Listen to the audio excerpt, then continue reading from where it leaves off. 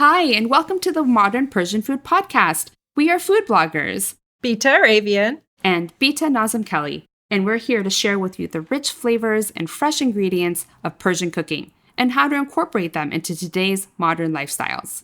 We're excited to introduce you to the flavors, tastes, and techniques we use, and also our own cultural stories and perspectives growing up in the U.S. in a Persian family. Thank you for joining us. Welcome to episode number 56. Today we're talking about an ingredient and a fruit called beh in Farsi, also known as quince. And I'm joined today by the lovely Bita June. Hi, Bita. Hi there. How's it going? I'm good. So I want to learn more about quince. I have had the jam. I'm familiar with it on a sort of superficial or surface level. And I'm ready to dive into the subject of quince today. What can you tell us about it? Yeah, quince is another one of these exotic Persian fruits that you don't really find very much of in the States. You can find it when it's in season, sometimes in Middle Eastern markets or Persian markets, or sometimes your local market, if you have like a specialty market, sometimes they'll feature quince, but it's not around very often. And what it looks like, it's kind of like a pear-apple that is kind of like bloated up a little bit. It's like a Hulk version of an apple or a pear when you look at it. I love it. Yes. Good description. It's a little bigger. It's a little harder. It's a pale yellow color. You can eat it raw, although most of the forms that I see it in and enjoy it in is actually like a cooked version, but some people do really like it raw. Some of the consistency and the texture of it is a little bit more like spongy, I would say, than like a regular apple. So when you eat it raw, you kind of have to like be prepared for that. But I think what the most special thing of quince to me is that it has the ability to go from this pale yellow color to this bright reddish, burgundy-ish ruby jewel color. It transforms. So it goes from like such a contrast from this pale color to this really bright, vibrant color when it's cooked. That's so cool. I would love to know the science of that. Yeah. And then also, it doesn't always change color. You have to actually have a special cooking technique. We learned this really when we were making quince jam. And I have a quince jam recipe, and it's super easy. You need like 2 ingredients, basically sugar and quince, and cook it with water. You can add, if you want, rose water or cardamom to it if you'd like to. But even without those, the quince itself has such a strong aroma to it and flavor to it that it can stand on its own. Yeah. The trick is actually when you're cooking the jam, you have to like kind of simmer it for a few hours, is to actually cover it with a damkoni. And we use a damkoni when we cook rice. It's basically like a towel or paper towels or like a fabric, a dish towel or something that we wrap around the lid of a pot, that when we're making tahdig, we use that to absorb all the extra steam and to make a crunchy tahdig. When we do that process too, the quince, when it's cooking in the jam form, it transforms the color. So you could keep cooking quince jam and you're like, wait, my color isn't changing. But if you cover it with the damkoni and let it simmer like that for part of the cooking time, it really does make the transformation. Oh, good tip. Well, I actually had some moraba quince jam this morning with my barbari, my fluffy Persian bread, delicious with some butter. And my grandma used to make it with cardamom. This particular one I picked up today didn't really have cardamom in it, so I sprinkled some ground cardamom because I wanted it to taste like that. I was trying to distinguish exactly what it tasted like, and to me it was like something between pear and apple, but a little more aromatic or fragrant. And it made me wonder, because I do a lot of things with apple. I bake with them and make pies and turnovers and whatnot, and apple sauces. It made me want to experiment with making almost like an apple pie type of dessert with beh. And I'm curious to see how it would taste and whether it would convert to the color, but it sounds like maybe not if you have to do that special steaming beets cheat.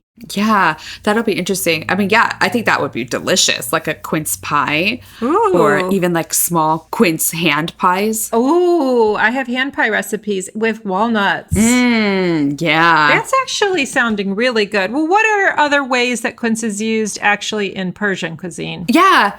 So there's a Khoresh beh a quince stew. There can be some variations to it, but typically it has the quince in it, and sometimes it has like split peas in it. Sometimes people make it with like a little tomatoey sauce or with some pomegranate molasses. Typically there's some form of plum in it with the quince. Sometimes people season it with a little bit of cinnamon or with a little bit of saffron. So there can be some like very regional variations. A sweet stew eaten with rice. Right. I mean, the aloo, the plums to it will add a little bit of like tartness to it typically to make it a little torso shirin, a little sweet and sour. Love it. This is, again, one of the dishes that you don't have to use like meat with it. If you don't want to, you can definitely use like a vegetable broth instead of using any type of meat or any type of meat broth. So you can make it vegan if you'd like to. Is that one of the ones you have to be careful of pits with? I know my mom sometimes will bring over a Khoresh and she will warn us, like, watch out, there's pits. Yeah, so if a Khoresh has aloo in it, it's usually like the whole plum. And so it will have a seed in it. But, you know, if you don't want to do that, you can always like cut it out before you cook it. And then you don't have to worry about that. And you don't want anyone cracking it too. So eating your beautiful beh Khoresh, which is like so special. Again, it's so hard to get a hold of beh, get a hold of quince, that it's like really special when you are able to cook it. The seeds inside of the quince, they also have benefits. What you do is if you have a cough, what you do with the beh dooneh is you actually can like make like a little drink out of it with boiling water and the quince seeds to make kind of like a cough syrup type of thing. Or you can actually like just put a few of them in your mouth and kind of suck on it a little bit and it'll calm your cough. Oh, so I never heard of that. Homeopathic remedy of using beh dooneh. I love it. So sometimes I've seen in the jars of jam some little black dots, which I think I thought they were cardamom pods or seeds. Yeah, so it could be cardamom seeds. It could also be part of the beh seed itself because that gives a lot of pectin. It releases a lot of pectin. Oh, yeah. It may have been included in the jam just to make it a little bit more luscious. Oh, that makes sense. Yeah. One final thing that I wanted to talk about quince, which I love too, is actually making Sharbat beh. And so Sharbat, again, is like the little drink we make with like a syrup, kind of like a soda of sorts, of mixing the syrup with water or sparkling water served over ice in typically a large, tall glass. And so I actually did that over the summer a bunch. I had some really great quince syrup and I also had quince jam. And sometimes I would use the quince jam syrup because that had a little bit more cardamom in it. Yeah. And would make like these fun little drinks, little mocktails. And if you wanted to make it into a real cocktail, it's actually like a fun, different taste to have, especially when you're having like a Persian menu. Unique. Yeah. Do you know when beh and quince is in season? Is it similar to pear and apple and in season in the fall? It's a fall, winter type of fruit. As we get closer to Shab Yalda, it's like kind of one of those fruits that I always think about as the changing of the seasons and as the weather's getting colder. The quince, the pomegranate, persimmon. These are all kind of like more wintry fruits. So yeah, definitely like a fall, winter. I'm going to keep my eye out for them now, now that it's fresh on the mind. I'm going to look for them. I've only seen it in jam. I'm going to look for it now. Very Persian ingredient, quince. Very special. Thank you for talking about it with me today. Yes, very informative. Thank you. Yeah, thank you. We didn't have an Ask the Beats from a listener this week, but I think that you said that you have a question that you would like to surprise me with. I always have questions. I haven't asked the Beats for you, Bita, too. Okay, tell me. You asked a good one last time, too. Okay, the question is, name the last 2 Persian dishes you cooked or partially cooked if you were using a shortcut. And how did it go? How did it go and how did it turn out? Okay, what did I do? I made kuku like a day and a half ago. I made kuku and I made mastokhiyar. Do those count? Absolutely. Yeah. You make kuku a lot in daily life, huh? Yeah, I do make it a lot. You know why? Because it's a great way to get like a bunch of greens in for me, and it has protein in it.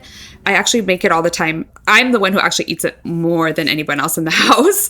I'll cook up a pan full of it and then I have it in the fridge and then I can just like have it in the morning as I'm like running out. I'll usually like grab a tortilla and toast the tortilla and kind of make a little mini wrap with the kuku.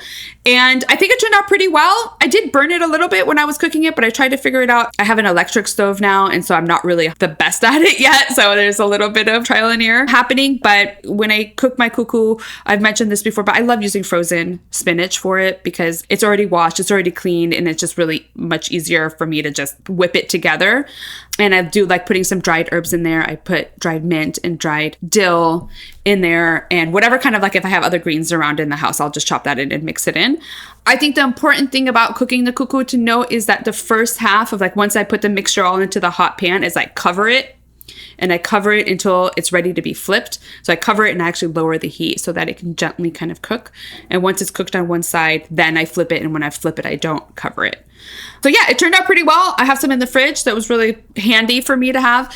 And then masto khiyar, it's like such a basic Persian dish. It's just the cucumbers chopped up with yogurt, and I put a little bit of dried mint in there. And it was just like a great little side to like, we kind of did like a little meze platter thing. And so having that on the side is kind of fun to like add a little bit of Persian flavors. And it's just like the yogurt and the cucumber paired together is refreshing and comforting. And I do have to say that I had a little bit of leftover masto khiyar, which I really love eating with chips, with like potato chips as a dip. And so my late night snack was the rest of that masto khiyar with some kettle barbecue chips stuffing in my face. It was really good. Both those sound really delicious. Not as involved as some other Persian recipes, but definitely keeping that Persian influence alive in our house every day. Yeah. Yeah. Do you want to tell me what your last two dishes were? Oh, sure. Yeah. Last night I made Khoresh, the yellow split pea stew. I was just in the mood. And to be honest, I was at the Persian market, there's one close to my mom's house on my way home. And I thought about buying it ready-made. And I had picked up limo amani, which is the dried lime, because I was out of them. So I needed to buy them as an ingredient. And then I just thought, while I'm at it, I have half the ingredients in my hand. Why don't I just make it? So I made it because I was craving it. And it was good. But to be totally honest, and I don't know if I've said this before, but to critique my own Persian cooking, it is never as good as my mom's. To be totally honest, it never tastes exactly how it's supposed to taste. Like, that's my greatest struggle as, I guess, an aspiring Persian home cook is like, I will cook a Persian dish that I'm craving, but it's never as good as what I remember it. At least that one's not. I haven't gotten that one down.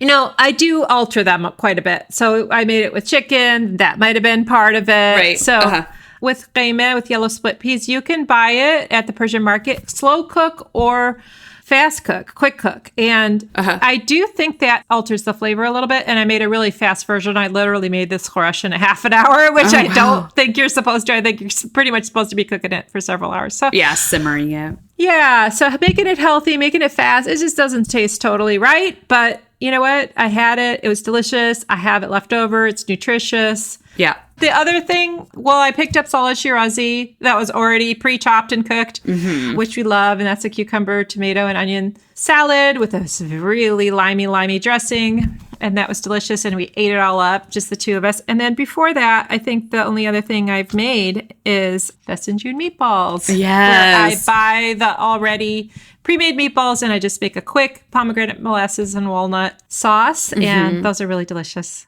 Yeah, I hear you though. Sometimes it's like when we take on some of our shortcuts, it does make it super accessible. So, that was like a Tuesday night you made qeimeh, ate that with your family. That's like amazing to hear. And, I just feel like if we don't take advantage of those opportunities, weeks or months may go by before you have a qeimeh until you go and someone makes it for you or you go to a Persian restaurant and enjoy it. So for me, having it with like a little bit of a variation is definitely well worth it to be able to eat like more often, Persian flavors more often, have them and enjoy them, and a good opportunity to have rice and tahdig.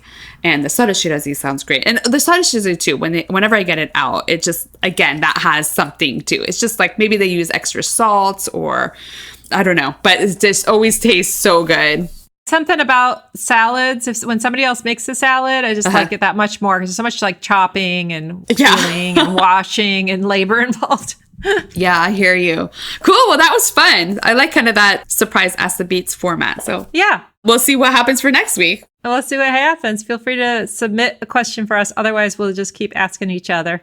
Yep. Again, our email is hello@modernpersianfood.com, or you can reach out to us over Instagram. Our handle is Modern Persian Food, and we look forward to hearing from you and sharing more and more content throughout the fall and winter and into next year. Till next time. All right, Bita June. Thank you. Have a great day. You too. Bye. Bye-bye. You've been listening to the Modern Persian Food Podcast with Bita and Beata. Thanks for spending time with us.